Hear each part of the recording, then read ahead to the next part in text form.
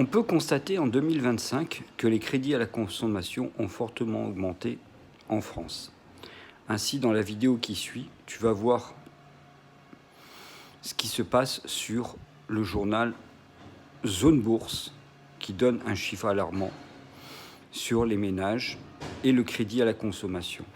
Selon la catégorie de crédit, tu as le crédit consommation classique et le crédit renouvelable. Et ce crédit renouvelable ne fait qu'augmenter chaque année, car les gens ont du mal à joindre les deux bouts.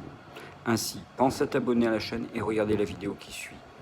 Je te souhaite une bonne journée et bon courage. Les Français n'ont eu autant recours au crédit à la consommation qu'en 2025. Les chiffres de la Banque de France sont sans appel. Les encours de crédit à la consommation s'élèvent en mai 2025 à 214,1 milliards d'euros, soit un taux de croissance annuel brut de 3,6%. En comparaison, il y a 20 ans, ces encours étaient près de 2 fois moins élevés à 121,9 milliards d'euros. Alors pour rappel, un crédit à la consommation, c'est un prêt accordé par un organisme financier pour financer des achats du quotidien comme une voiture, des meubles, des électroménagers ou encore des vacances. Le problème étant que les taux de crédit à la consommation sont souvent bien plus élevés que ceux pour l'immobilier, car si les taux de crédit pour les logements gravitent autour des 3%, ceux à la consommation affichent des taux bien plus salés, autour de 5 à 7% pour un prêt personnel classique et jusqu'à 14 à 22% pour certains crédits renouvelables. En fait, ces écarts s'expliquent par la nature même du crédit conso. Il est généralement non garanti, plus risqué pour le prêteur et souvent souscrit sur des montants plus faibles et des durées plus courtes. Et en fait, ce sont souvent les ménages les plus fragiles qui y ont recours, notamment via des crédits renouvelables